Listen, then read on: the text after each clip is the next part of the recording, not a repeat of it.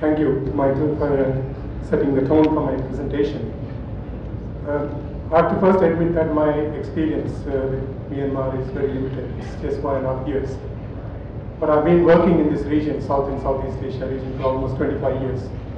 And currently we are implementing projects in few countries, in Vietnam, Bangladesh, India, Philippines, more focusing on climate change and adaptation in agriculture, water and fisheries sectors, funded by the government of Norway. If you have paid attention, especially on the first day, most such presentations conspicuously did not mention the word technology and the role of technology in agriculture and rural development. In the last panel discussion before lunch, we did hear people talking about technology and its importance.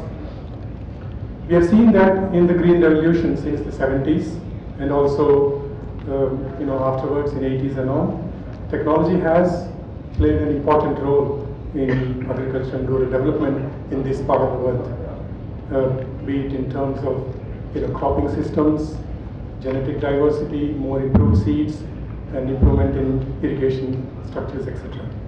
Of course, we also have seen the negative impacts of Green Revolution and growth during the 70s. But we don't need to repeat those failures, but we can build our experience, especially in Myanmar, on the success cases. I've been asked by the organizers to talk something on climate smart agriculture or climate resilient agriculture, as some people would like to call it, and its relevance to the context, especially within Myanmar. Climate smart agriculture is a fast emerging field, not because climate change is imminent and that there is growing evidence. We have seen that early this month when the latest IPCC report was released, emphasizing more on the seriousness. But because most of the large-scale problems of water and water scarcity and food insecurity are the results of climatic extremes, particularly the extreme temperatures, droughts, delayed monsoons, and also the sheer magnitude of these events and the impact they have caused on the livelihoods. For example, we have seen that in the case of Nargis and also other extreme events, and we'll see more and more of these events. Farming communities, of course, have over the centuries, been adapting to various climatic extremes. They have been developing coping mechanisms.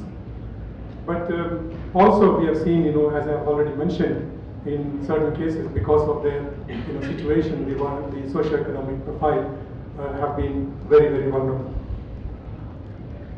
And any proven technologies that can help farmers to adapt to climate variability, it's very important, especially evidence-based technologies, and we lack these kind of evidence-based technologies within crop science, soil science, and also water science, generated through good scientific work, especially on farmers' fields in real-time conditions. What we have is, scientific data or scientific evidence which has been tested within the labs or within the controlled conditions. And that's what we have been trying to do in most of our projects within the region, and I'll be sharing some of those experiences with you. We know that different agroecological regions in Myanmar are going to face different risks, especially in terms of high variability in the extreme temperatures, droughts, floods, etc. And we need to be aware as a community working within this field, which areas are experiencing what kind of risk and what kind of adaptation measures need to be developed. Agriculture in Myanmar is very vulnerable. Most of us are aware. 2/3 of the population here is rural based. 3/4 of the population in rural areas are dependent on agriculture for their livelihoods. And 90% of the farmers are smallholders. And only 16% I think is under irrigation. So most of the farmers are dependent on rains for their agriculture. And we also have seen that the technology development within agriculture hasn't reached the farmers yet adequately. So there is a lot of scope here. And given this agriculture profile within Myanmar, especially within the dry zones and also in the flood, in the coastal areas, farmers are highly prone to environmental risks. And the recent reforms that the government is trying to take, especially when it comes to land use and also land rights, is very important. It's positive if it's done in a proper way. We have seen the case of Vietnam during the 80s, how changes in land use rights have led to tremendous agriculture growth. The productivity of rice has almost increased twice, 2 to 3 times, and Vietnam is now the second largest exporter of rice. And also it has given opportunity for the farmers to diversify to other crops as the productivity of rice has increased. Diversify the resources to other livelihood activities. So the country needs at this juncture to take a serious look at the potential it has, especially within the areas of bioeconomy, and both in the green and also the blue sectors, without compromising on the sustainability issues. Most of you must have seen this document, the Myanmar's National Adaptation Program of Action, and interestingly, agriculture has been listed as as one of the high-level priority sector, along with forestry and also early warning systems, which also shows us the importance of this particular sector, and also its contribution to the GDP, which is almost 45 to 50%, and the potential it has, for us to increase this, and also to the contribution to the economy. There are certain thematic areas which have been identified for different zones based on the problems or the risks they face, and if you look at most of these areas, for example, the genetic diversity or availability of climate resilient seed varieties, and also water use technologies, which are common to most of these areas, and which also tell us that these are some of the areas which we need to prioritize when working with agriculture sector in these particular areas.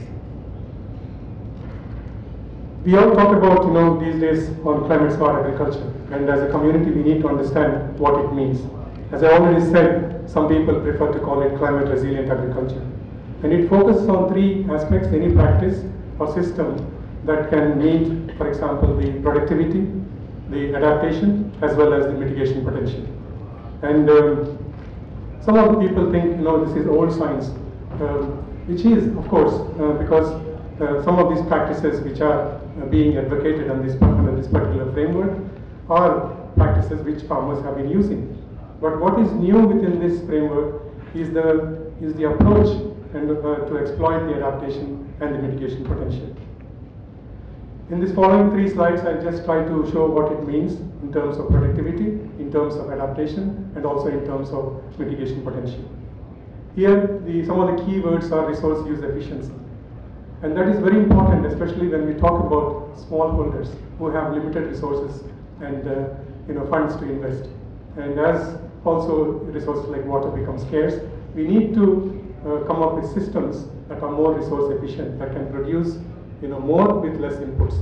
And that's what we try to do in most of our programs. For example, just to give one example, the soil nutrient management. In our project areas, we try to do soil mapping almost to the farm level. We try to issue soil health cards to the farmers. We try to train the farmers on how to interpret these soil health cards. We try to also recommend the different doses of fertilizers, need-based fertilizers and micronutrients. And in most cases, farmers neglect the application of micronutrients, which can make a lot of difference. And also try to link with the ongoing government programs, for example, the fertilizer subsidies or the seed subsidies. And this makes a lot of difference to the farmers, and also saves their costs of inputs, and also reduces the environmental pollution, because overuse of fertilizers or chemicals is avoided. Resilience is important. We have been talking about resilience the last 2 days. Resilience, building resilience of farming communities, and also within these sectors. And there are a number of practices which are not very expensive, which are low cost, which farmers can adopt, and also which as projects we can try to come up with these interventions in order to help farmers to build the resilience. Mitigation is also important, especially within agriculture sector. Rice is a major contributor of methane, and there are technologies that are available now that can, without compromising on the productivity, can address the mitigation and also reduce the greenhouse gas emissions. I'll not go into the details because of lack of time, and just to give some, insight into this. The next 6 slides, I'll just very briefly touch on the different technologies. We are working with a number of technologies, but I just want to, point out at some which could be relevant for Myanmar as well. Climate resilient rice varieties and also other crop varieties are very important. Varieties suited for different agroecological zones. There's a lot of genetic diversity available around within Myanmar and also outside. A number of varieties have already been developed. There is no need to reinvent the wheel. What we need here is sharing of genetic resources within the country, between agencies and also between the countries. We need to, test these varieties on farmers' fields, through farmers' interventions. We need to educate the farmers, and also we need to develop the research capacity within the universities and also outside. Different systems of rice production are becoming more and more common these days. For example, the alternate wetting and drying that has been developed by the International Rice Research Institute. It has a lot of potential. We have been doing this in our particular project in India and also in Vietnam. We have been trying this in the last 5 to 6 seasons on farmers' fields. We use a cluster approach wherein we take 20-30 farmers within a particular area, covering about 50 to 100 hectares, and we try to demonstrate this on farmers' fields. And the last 6 years we have seen almost 20-30,000 farmers adopting in this particular area, and it has given good results, and there is more and more positive response on this. But of course, one has to be careful while adapting this to a particular region, and also farmers need to be trained on particular techniques. System of rice intensification is another method which is almost similar to the alternate wetting and drying, but with also more, in terms of seed, the spacing of the planting and also weeding, etc. is slightly different. But this has given good results, and we also have in the areas where we are working liaison with the state governments or the regional governments, which are also trying to link with their programs and outscaling these kind of systems. Direct seeding of rice is another success case. We have already implemented in 100,000 hectares in our project area in the last 5 to 6 years, and it's also gaining importance. It is less expensive when it comes to paddy rice, and also in terms of water use efficiency, it's much more efficient.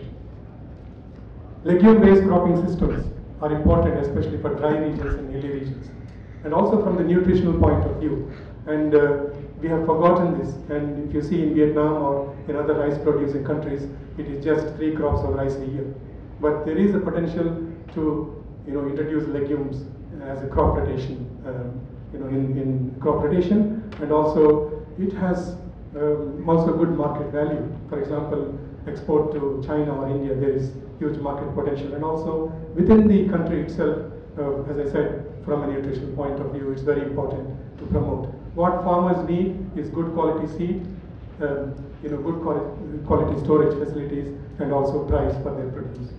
Small-scale water conservation is also very important, and especially in dry zones where most of the poor farmers are located.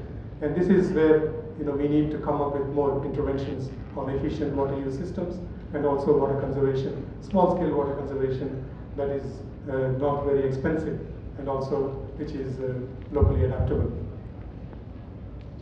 Crop pest and disease risk assessment and management tools.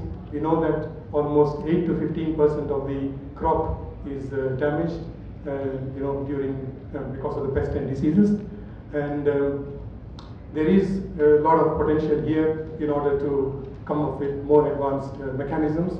We have developed this particular tool in Norway, and also it works quite well with the Norwegian farming community, and we are trying to now adopt this in the Indian context, and especially for the rice pest.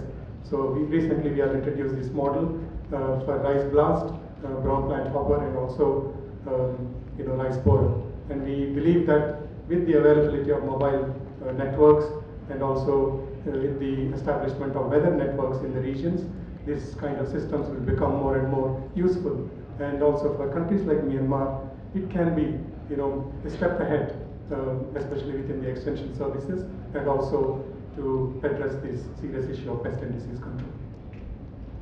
Post-harvest processing and storage, again, is one area which needs a lot of focus in countries like Myanmar, where the quality of grains, especially looking at the current systems of processing and storage, is seriously affected. And there are a lot of mechanisms that can be introduced to help farmers in this context. We might come up with good technologies, but if we don't have the enabling frameworks, it might be not easy to implement them and also to take it to wider areas. Institutional support is important, and also research and extension has to be improved.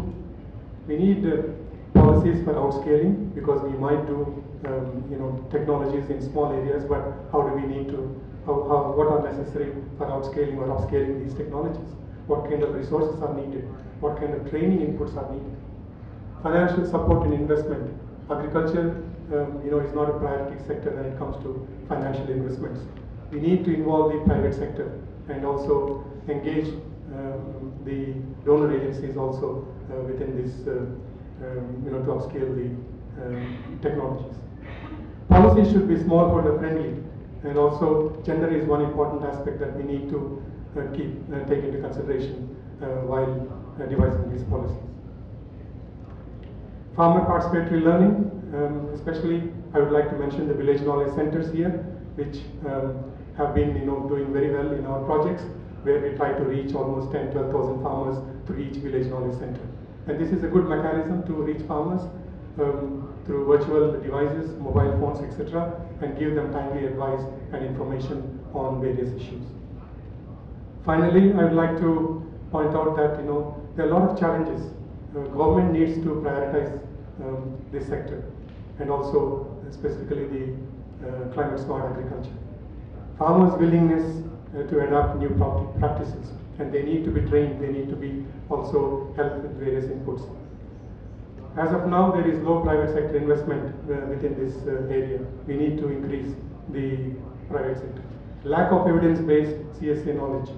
As I said, there are very few examples here and there. We need to bring this knowledge together and also make use of that knowledge for the benefit of the farmers. Linkage to markets is very important, and also innovation when it comes to developing new technologies, which should be low cost and also adaptable. And also finally the future directions and how we need to go about, which I already mentioned in my previous presentation. Thank you very much. Good afternoon, distinguished colleagues at the panel, distinguished participants here.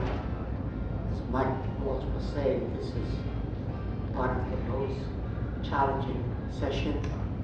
Last session on a last day after a very, very good lunch.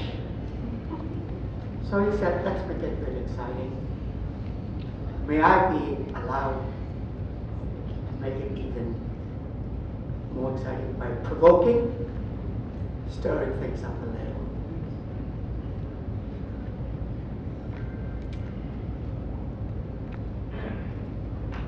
If there's one or two take-home messages,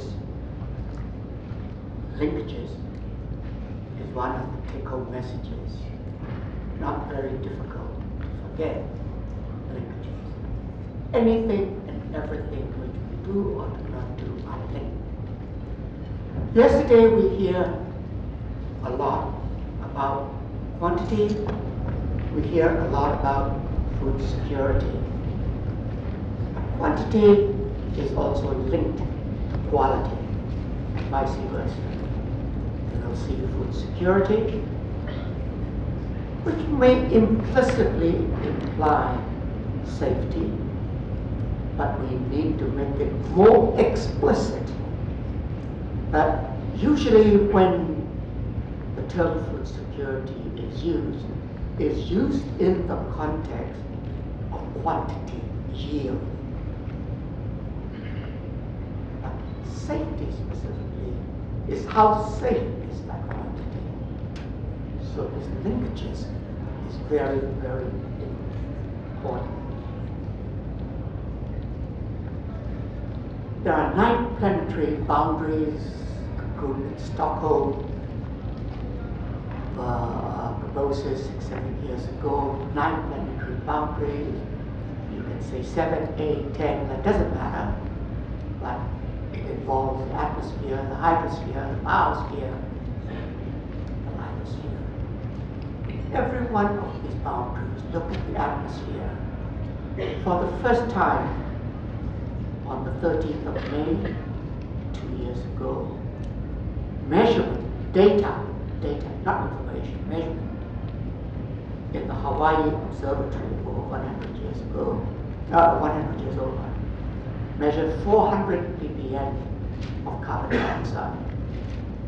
Never ever in recorded history has CO2 in the atmosphere reached 400 parts per million. Never. Not only it reached it, but now it's surpassing. And we know the linkages between carbon dioxide, global warming, climate change. Look at the water, look at the soil, look at every aspect of the biodiversity, including biodiversity. The species that we are losing. In every one of these boundaries, we are almost reaching the edge, or in some cases, we have overstepped it. When all these 9 comes together and they are linked, we have a perfect storm.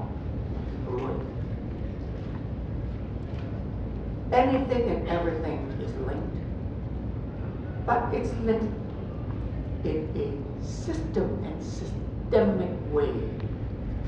Great transformations taking place.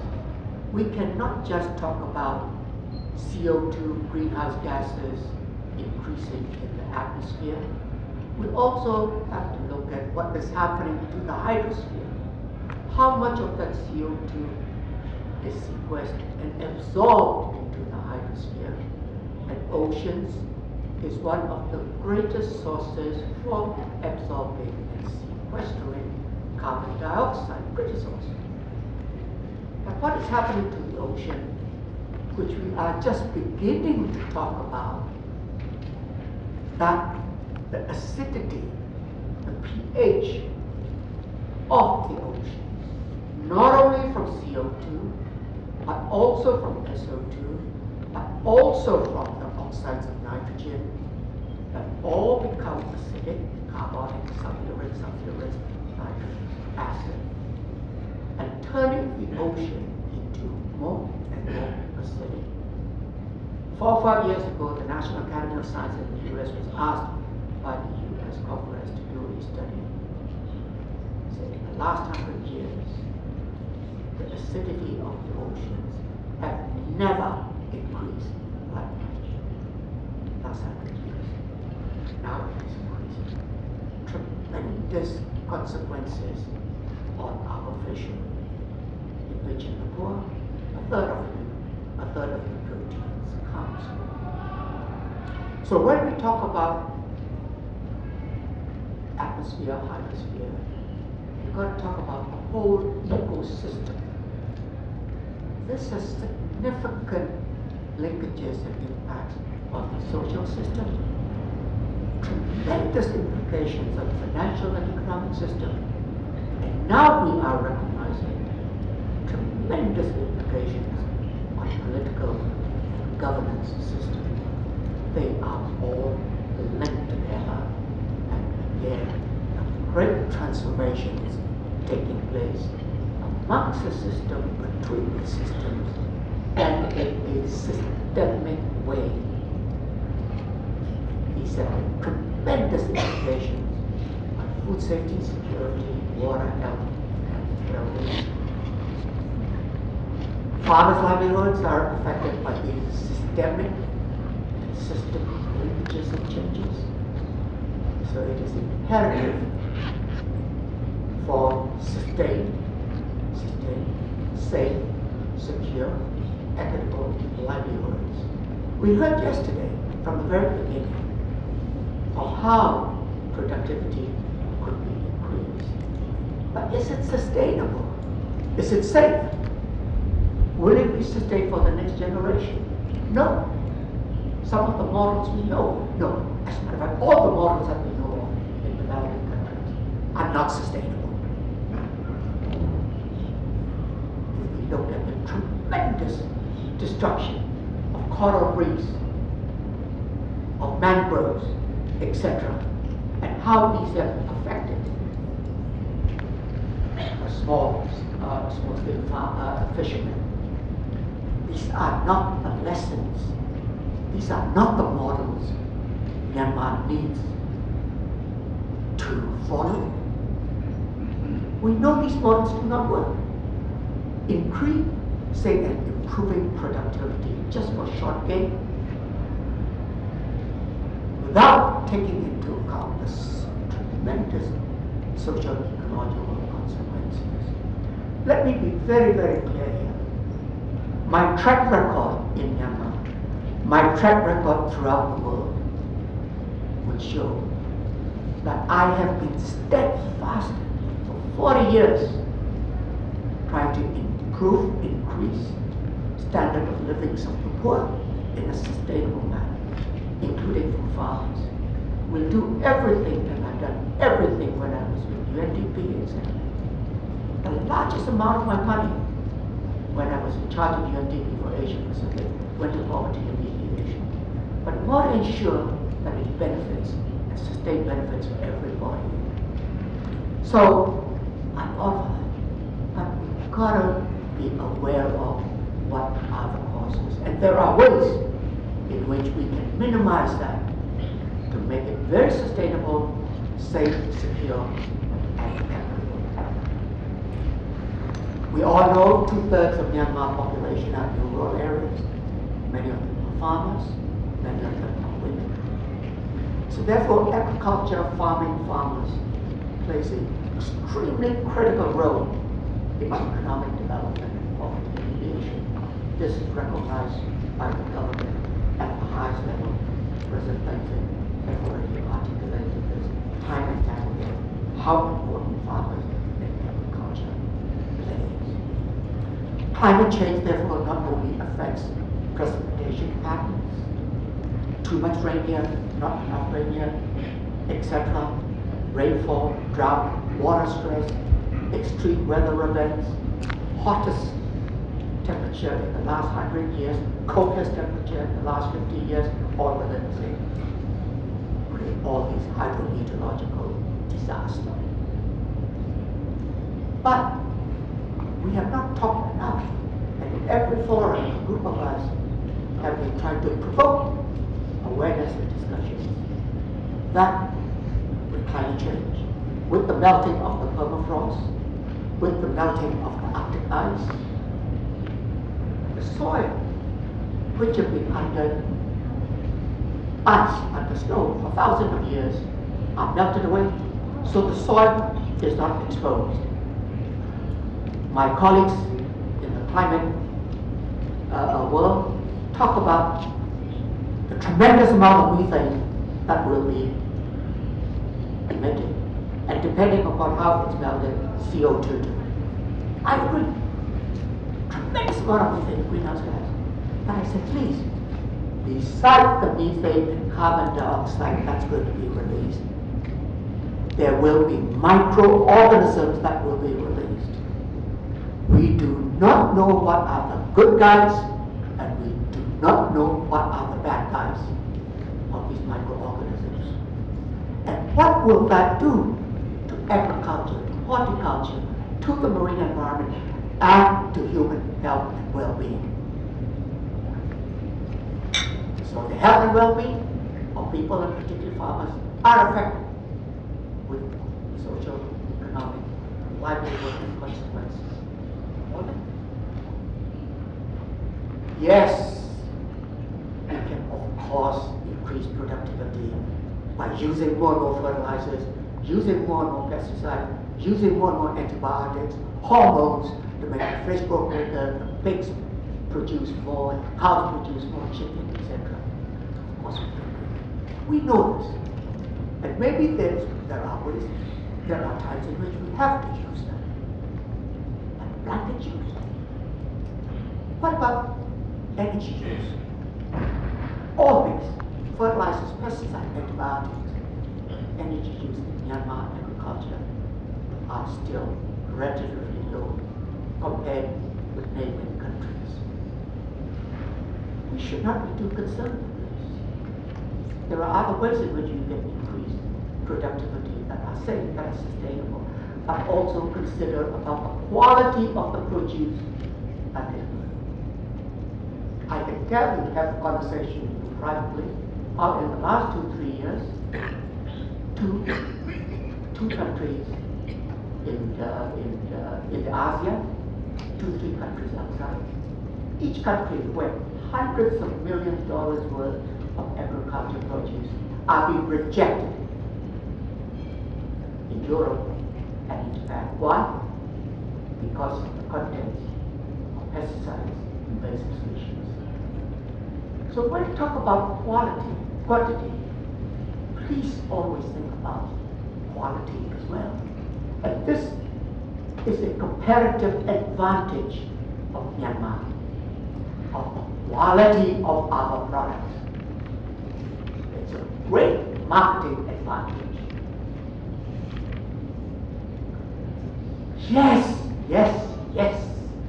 we must increase agriculture productivity, but we need to carefully consider what are the immediate gains, short-term gains, and what are the long-term sustainability and generational benefits for the farmers now and the children and grandchildren of farmers. Allow me to repeat again, quantity and quality. To sum up, Myanmar has this unique and unprecedented opportunity, which no other countries that I know of, ASEAN, Asia, etc., where there is an opportunity for paradigm change and leapfrog. One of the speakers there talked about paradigm change, and I would want to be engaging in a conversation with him about agriculture, about paradigm change. I said in one of my comments, agriculture is probably one of the earliest discovery or invention of humankind, 10,000, 20,000 years ago. Agriculture has provided tremendous benefits to human civilization and will continue to. And agriculture is one of the greatest changes of the ecosystem. You know that. So therefore, there is an opportunity for Myanmar to have a completely relook at agriculture system in the paradigm change and also leapfrog and not follow the destructive policies of increasing productivity at the expense of long-term sustainability in many countries, and particularly in the neighboring countries. There's an urgency now, not 3 years from now, to promote and increase support for. The last speaker has talked a lot about the value-added. Let me just say that value-added must be sustainable, equitable, safe our technologies. GMOs, debate will heat up sooner or later. Myanmar needs to start the conversation now on safe our technologies. Natural products, there are ways in which we could be increasing. As mentioned, crops that are more resistant to drought, flood resistance, warming temperatures, and there are C4 and C3 crops. which are very good for sequestering carbon dioxide, should look into that. Biomimicry, increasing photosynthesis. So much research has been done. 2 crops are the most efficient in photosynthesis. I'm a chemical engineer, so I know very little about botany and soil, but my friends tell me a banana and the sugar cane, 0.6% conversion efficiency. All other agriculture crops, it's about 0.2. Start up the research now and see how we can increase from 0.2 to 0.3 to 0.4. Learn from nature. Why banana leaves? Why banana trees? Why sugarcane are so efficient? Can you imagine if we increase the photosynthesis of all our other crops? Tremendous opportunity. Post-harvest food losses, etc. Before I talk about the last point, about the harnessing of safe, sound, and appropriate biology,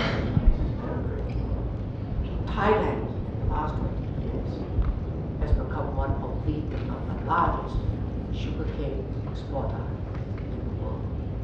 The biggest is a company called Menefee. I have worked providing technical advice to Menefee 35 years ago. The vice president for research and development was here, and he met up with me. He remembers me when he was young, 35 years ago. They are coming to 3rd generation. The 1st generation produced sugar, burning all the gas and doing everything else. 2nd generation was to add value into tweaking it. The 3rd generation now is to see from all the byproducts of sugarcane, from molasses, from the gas, etc., etc., into a whole family of chemicals. And the value added in this 3rd generation of sugarcane produces much, much more revenue, much, much more cleaner and greener than just the sugarcane alone. Myanmar has the opportunity to leapfrog and change paradigm. How will this happen? It's education and training. We hear a lot about this. I hear about this. For 45 years I hear it. Education, capacity building. I listen to this and good. But what education, what capacity? More of the same? Unless we change the curriculum, paradigm change in the curriculum, and in the way we teach and communicate, we are never going to leapfrog and have this paradigm change. So when we talk about agriculture production, productivity, capacity building, please, please, please, look at the curriculum, how the curriculum could be developed. This is where the resources of Myanmar is going to be. Thank you very much.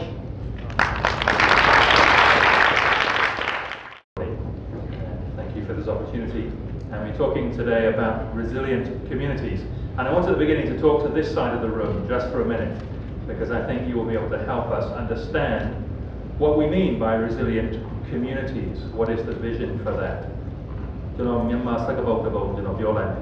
Yoro, did the Bengal, at the down, Bengal nominate, the down. A good tree shelters 10,000 birds. And what we're talking about there is the way that a community can provide shelter for thriving members. And so that's what we're talking about when we're talking about resilient community. Now, we talked a little bit about the challenges faced by communities, so I don't want to elaborate on this more. I think to recognize the fact that there is an interplay between the globalization and the effects of globalization on livelihoods, traditional values. There's an interplay with that and climate change, and also that those pressures also have an effect and an interplay with social structures such as ethnic and religious tensions and aging communities. So recognize that none of these things are separate. When we do research in Myanmar, we find that over half of all households have significant unmet healthcare and social care needs, especially amongst vulnerable groups, such as older persons and persons with disabilities. We also know that poverty rates among persons with disabilities, older persons, and female-headed households are nearly double those of other households. What I'm saying here is that we have this background at community level of unmet social needs and inequality. Now, I want to make 3 points for lift here, and I could be careful and just say everything very safely to be sure that we don't lose our very generous funding, or we could just say what we really think, and we will try and say what we really think. First of all, that these outcomes that you have cannot be achieved without attention to building social capital. You want resilient households, you want resilient communities. You cannot achieve that by economic interventions only. Without considering building social capital, social fabric, you will not achieve this. You will also not achieve the growth and increase in household incomes over the long term without social protection. And these come from both local but also mainly global studies. But we do have a challenge when we talk about social protection. It needs trust, especially when we talk about social protection at a national level. And one of the challenges we have in our country today is a lack of trust, especially between the people and the government. Even an article in the newspapers yesterday, one former minister, this was his point. The lack of trust by the government on the people, by the people on the government. And this makes building social capital very challenging. However, we need to look carefully to see where in our country, where in the social structure of our country can we find trust. And the place we most likely find it is in traditional community organizations. Now, on your seat there, you will find the bulletin that we have published on the research into traditional social community organizations. And I want to explain a little bit of that, but most of it I will say to you, please read at home. But what we find is that although the level of trust between the people and government is still quite low, the level of trust in traditional community organizations such as we have these funeral services, we have these parahita social organizations where there is a high level of trust between members at community level. This is where we can find that trust. So my question to LIFT is, how can LIFT work together with what we have already in our country to build this social capital for more resilient communities? That is the question to think of just in the next 5 minutes. So I want to move on very, very quickly, because looking back, it has been recognized for many years that communities play a very important part in social protection. And particularly when we think about social protection on a large scale, it's very, very clear from local and global research that we should be engaging with these kind of organizations. We also are aware that if we do not pay attention to these community organizations when we do our programs, we risk their displacement and they can disappear, and we lose that reservoir of social capital. And that is a very important natural resource that we have in our country. So from our research findings, and again, if you want the details of that, please read the bulletin, from 8 states and regions in Myanmar, we found that there was no community which did not have a social organization. Every community at least had the funeral service. Okay? Most communities had at least 4 different kinds of organization. Some for maternal and child welfare, some for education, some for religious activities. The communities would manage an average $2,500 per year per community. Okay, I'll say that again. An average community would manage $2,500 each year. They will gather the money and then redistribute. 80% is from within their own community. If we measure that for the whole country, this would be over $200 million in social welfare funding, which is being managed at community level. Now, the money is actually not so important. It shows the level of organization and trust at these community levels. And I think that's the most important fact. If we look at this, we can see that the amount of money communities are handling is much greater than central government expenditure on social welfare. Now, I'm not criticizing current expenditure, but just illustrating. Here we have, in our country, a very great natural resource, according to the traditions and norms of the community. The professor earlier talked about traditional wisdom and knowledge. How do we get to that? I think when we work with these communities and these groups, we can also access this traditional knowledge and wisdom. So the question we have, the other strength, is to see that many of these organizations are very, very old. In fact, if you try and find the origin of the word for village, Yeyua, in Myanmar language, we also find in some of the old stone inscriptions things about these kind of organizations. They have been here for decades, sometimes over 100 years. What a great natural resource. How, as we develop, as we do rural development, how do we work together to involve these groups in wider social protection? This is a big challenge. Going back to the beginning, we say that we cannot achieve this resilience without building social capital. We cannot achieve the growth without social protection. But the problem we have is the very low level of public trust. Here is a place where we do have a high level of trust. How do we work with that?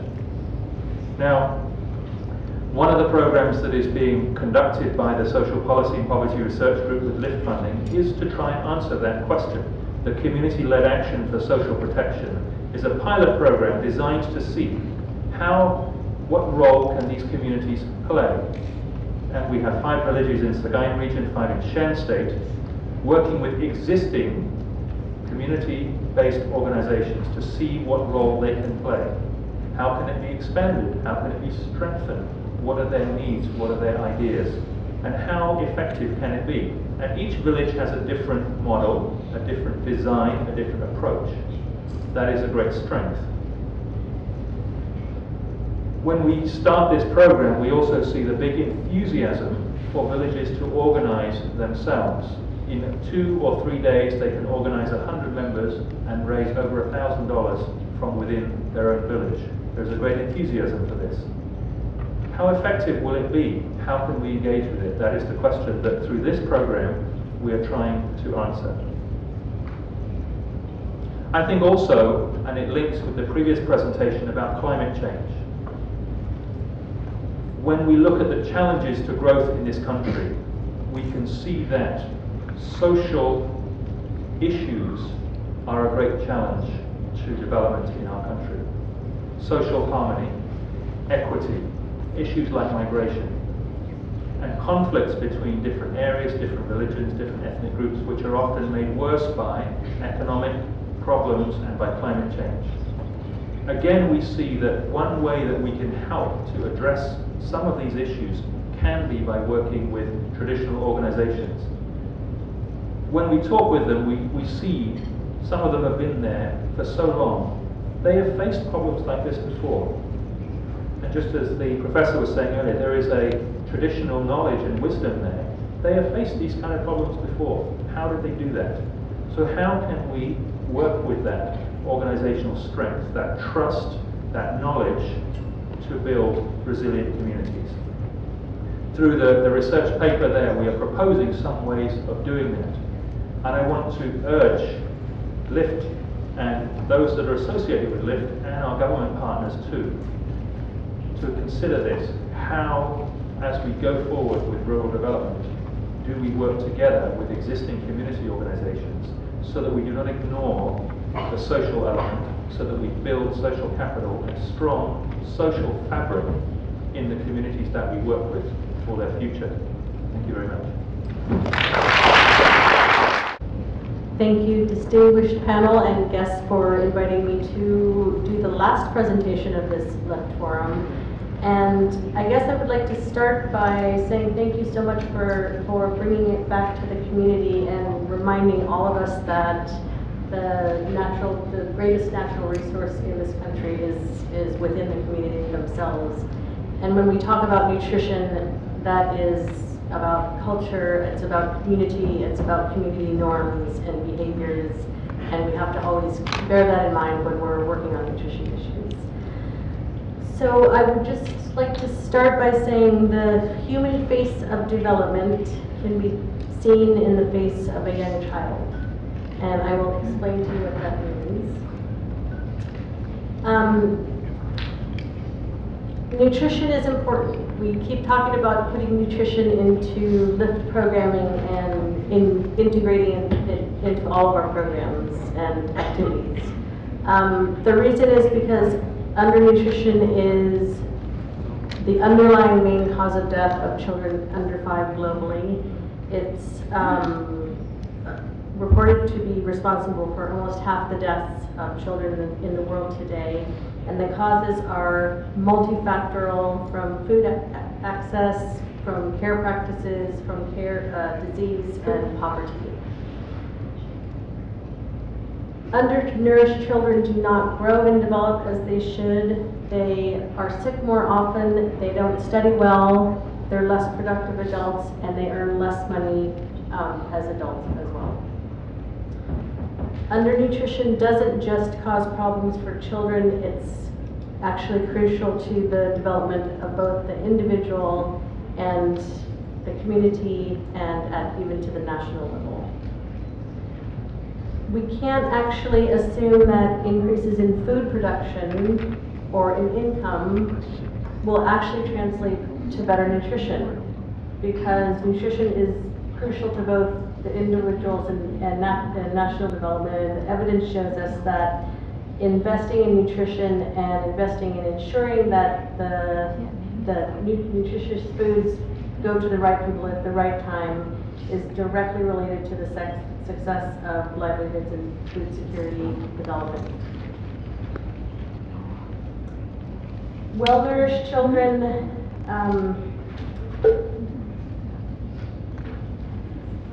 children who are well-nourished grow much better, grow properly, they are healthier, less sick, less often. They learn more at school, they're able to go to school, and as a result they earn more as adults and have children who grow and develop properly. These children that grow into healthy adults are essentially better off economically, and it's shown that good nutrition is a fundamental driver of a wide range of development goals. The post-2015 Sustainable Development Agenda has to put addressing all forms of malnutrition at the top of its goals, according to the Lancet. Well-nourished communities are known to be healthier and wealthier. If you convert it into Myanmar Jat, the evidence says that 1,000 Jat invested in nutrition saves over 138,000 Jat in better health and increased productivity. Individuals and communities who are well-nourished are actually more resilient to shocks, and that means that they are more physiologically, physically, economically, and cognitively more resilient and able to overcome shocks. This impact can last for generations. So well-nourished children who turn into healthy adults will then go on to have well-nourished children that turn into healthy adults, and the cycle goes on. So as you all know, recognizing that nutrition is two of the 4 pillars of food security, the Scaling Up Nutrition movement, the global movement, has come about to reduce undernutrition in high-burden countries, and it puts a human face on the development goals and outcomes. In Myanmar, in 2013, they signed on to be a Scale-Up Nutrition country, which means that Myanmar has now prioritized nutrition in its development agenda, which is great news. And Myanmar has also developed a national plan of action for food and nutrition that has been finalized. And the national plan covers everything from food safety to utilization to care and feeding to livelihoods and other food security outcomes. What we're looking at now in terms of focusing on nutrition interventions is what's called the window of opportunity, and some of you are probably very familiar with this. And this is when you can have the highest impact on nutrition outcomes during the life cycle. And this is from conception, from pregnancy through a child's 2nd birthday. After that period, it's very difficult to reduce or reverse undernutrition. So the focus now is on this window of what we call the window of opportunity.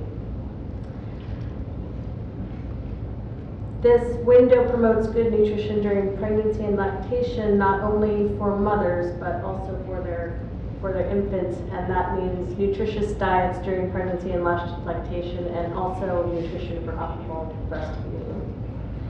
This window also is a space to promote exclusive breastfeeding, which is the best food security for infants. It's a money saver at the household level. It saves children's lives. It meets all of their water requirements, and we need to protect it in terms of restricting marketing of breast milk substitutes, which Myanmar has just adopted the code, which is some more good news. The window is also a space to ensure that young children meet their development and their growth potential before it's too late, meaning ensuring that they have access to and that they are fed a diverse range of foods and that those are introduced at the right time. So one question that I think we get a lot is, how do you actually do nutrition in livelihoods and food security programming? It's maybe easier said than done, but we have been quite successful so far at, within our LIFT programming, to ensure that nutrition is integrated within all of the projects that we're working on together. LIFT has very, the new LIFT strategy includes nutrition in its strategy, and as a cross-cutting theme and as an indicator, an outcome indicator for programs, which is the first step to make sure it's on the agenda.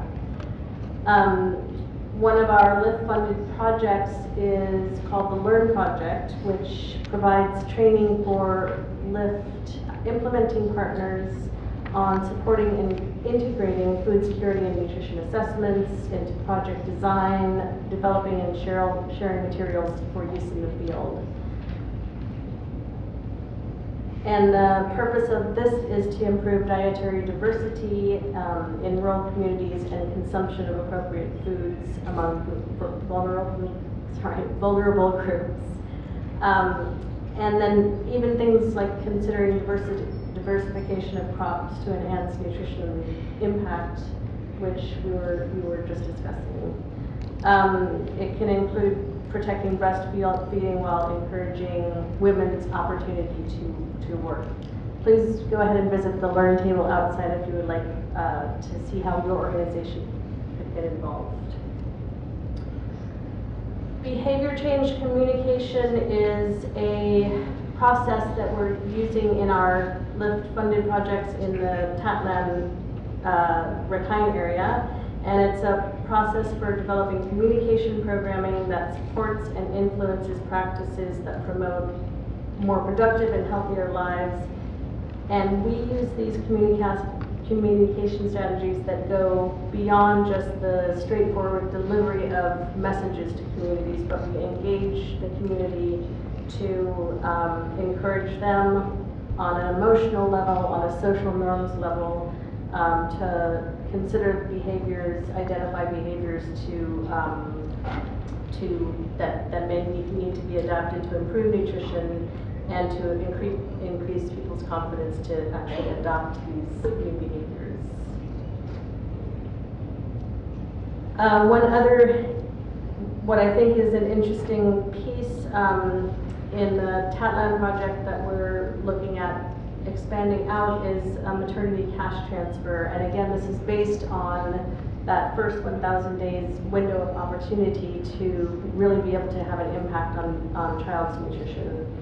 So this cash transfer is based on a study that identified the income gap needed to purchase a healthy diet for mothers and children. And the aim is to improve the health and nutrition in this group from conception through 24 months. And we expect that it will encourage mothers to access diverse micronutrient foods during this time to ensure their maternal nutrition is good and to support adequate milk supply during breastfeeding. Another outcome of this is that it will also stimulate the local economy. So as we are doing livelihoods and food security projects to promote increased agriculture production and other activities, there will be basically more cash injected into the economy to support the demand for the markets and to stimulate the local economy, so that there's a direct link between the livelihoods and food security projects and the cash transfer. Of note, the maternity cash transfer is currently on Myanmar's social protection draft strategy. Correct me if I'm wrong. I believe it is.